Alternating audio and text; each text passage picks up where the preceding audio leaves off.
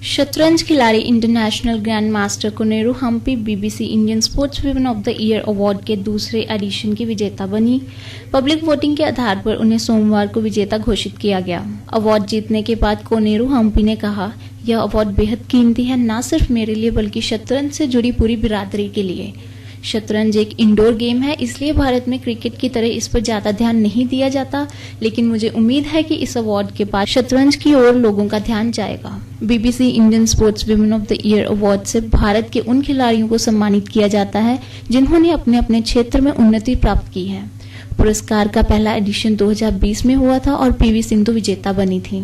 इस अवार्ड का नॉमिनेशन और सिलेक्शन अवार्ड ईयर के एक साल पहले जो खिलाड़ियों का प्रदर्शन होता है उस पर आधारित है। इसमें स्पोर्ट्स जर्नलिस्ट और एक्सपर्ट्स की एक जूरी बैठती है, जिसमें 50 इंडियन स्पोर्ट्स वुमेन की लिस्ट तैयार की जाती है जिनको जूरी मेंबर वोट देते हैं। इस लिस्ट में से 5 उन खिलाड़ियों का नॉमिनेशन होता है जिनको सबसे ज्यादा वोट मिलती है। फिर इन प्रत्याशियों की बीबीसी वेबसाइट के जरिए पब्लिक वोटिंग होती है। जिसकी सबसे ज्यादा वोटें हों उसको विजेता घोषित किया जाता है और BBC Indian sports women of the year की उपाधि मिलती है।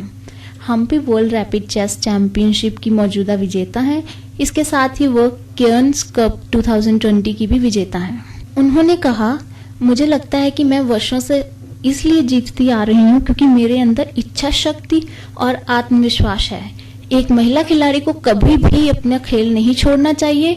शादी और मातृत्व जिंदगी का सिर्फ एक हिस्सा है, इसके लिए महिला खिलाड़ियों को अपनी जिंदगी की धारा नहीं मोड़ लेनी चाहिए। कोनेरू हम्पी का जन्म आंध्र प्रदेश में हुआ था।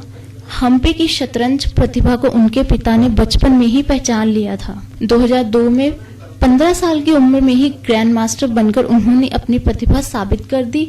यह एक रिकॉर्ड था जिसे 2008 में चीन की हाओ यीफेन ने तोड़ा था। बीबीसी के डायरेक्टर जनरल टिम डेवी ने वर्चुअल अवार्ड समारोह की मेजबानी की और विजेता के नाम का ऐलान किया। उन्होंने कहा, इस साल का BBC Indian sports women of the year award जीतने के लिए कोनेरू हम्पी को बहुत बधाई हो। कोनेरू ने शतरंज को अपना शानदार योगदान दिया है और वह तारीफ की वास्तविक हकदार हैं। मुझे खुशी है कि बीबीसी भारतीय महिला खिलाड़ियों की सफलता को मान्यता देने के काम की अगुवाई कर रहा है। फरवरी 2021 में घोषित इस अवार्ड के लिए 5 भारतीय महिला खिलाड़ियों को नॉमिनेट किया गया था, जिनका नाम है धाविका दुतीचंद, शतरंज चैंपियन कोनेरू हम्पी, शूटर मनु भाकर, पहलवान विनेश फोगाट और भारतीय महिला फील्ड हॉकी टीम की मौजूदा कप्तान रानी।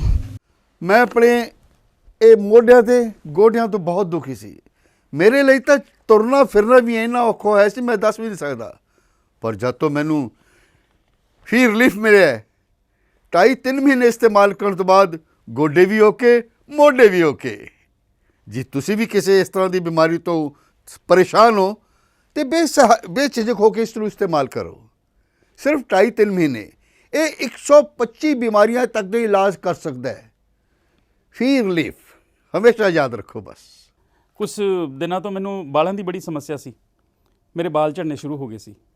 ਮੈਨੂੰ ਮੇਰੇ ਦੋਸਤ ਨੇ ਆਇਲ ਫੀ ਰਿਲੀਫ ਵਾਲੇ ਦੱਸਿਆ। ਮੈਂ ਇਹ ਤੇਲ 3 ਕੁ ਮਹੀਨੇ ਲਾਣਾ ਆਪਣੇ ਸਿਰ 'ਤੇ ਅਪਲਾਈ ਕੀਤਾ।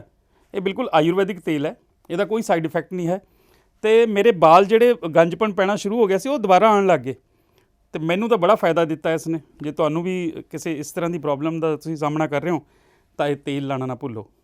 ਕਿਤੇ ਨਾ ਕਿਤੇ ਅਸੀਂ ਆਪਣੇ ਬਾਲਾਂ ਕਰਕੇ ਸ਼ਰਮ ਫੀਲ